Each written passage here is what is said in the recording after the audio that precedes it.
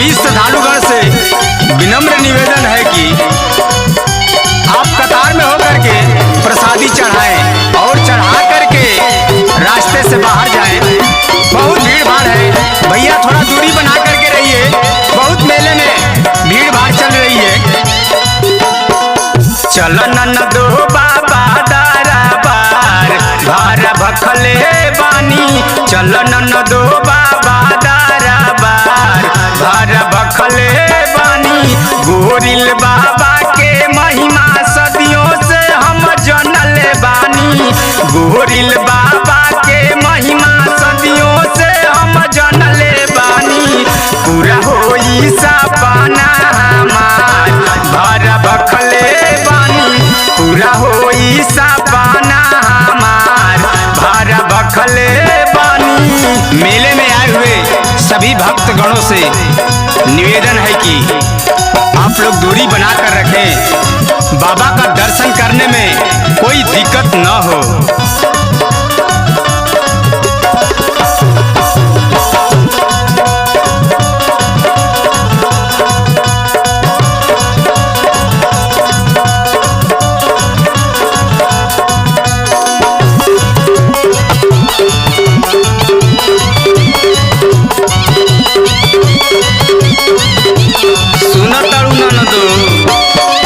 भाव भक्ति लेके जे भी आवेला सरनिया,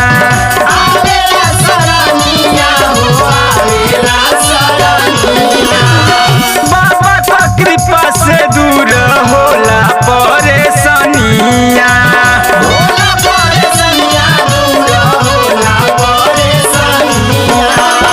भाव भक्ति लेके जे भी आवेला सरनिया, बाबा का कृपा से दूर होला परेशानिया।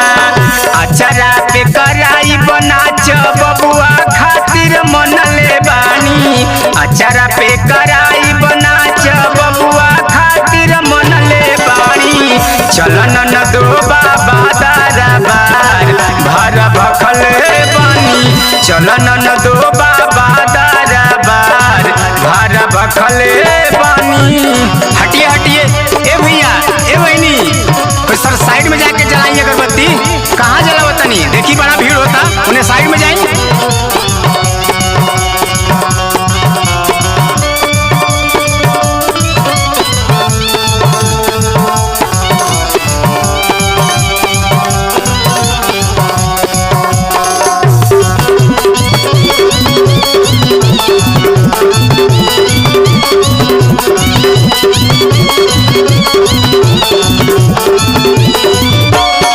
हर साल मेलावा में भीड़ होला भारी, भीड़ होला भारी हो, भीड़ होला भारी।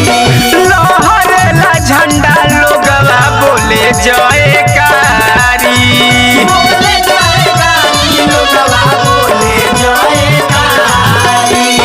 हर साल मेलावा में भीड़ होला भारी, लहरेला झंडा लोग बोले जयकारी।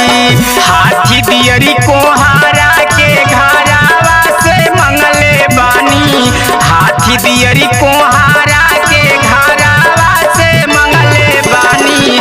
चलन न दो बाबा दारा बार भार भखले बानी, चलन न दो बाबा दारा बार भार भखले बानी। एक आवश्यक सूचना, मेले में किसी का बच्चा गुम हो गया है। जो किसी का भी बच्चा हो कृपया मेले के कमेटी से आकर संपर्क करें और अपना बच्चा ले जाएं। धन्यवाद। बाबा की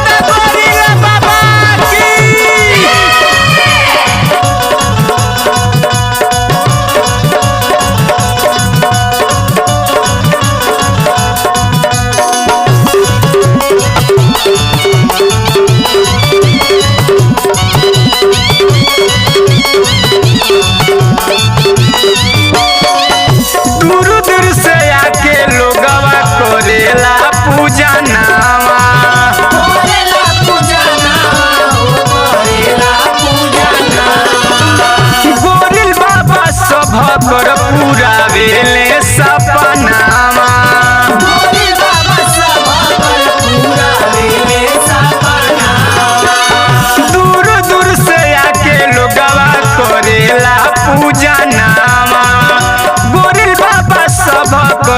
पूरावेले सपनावा।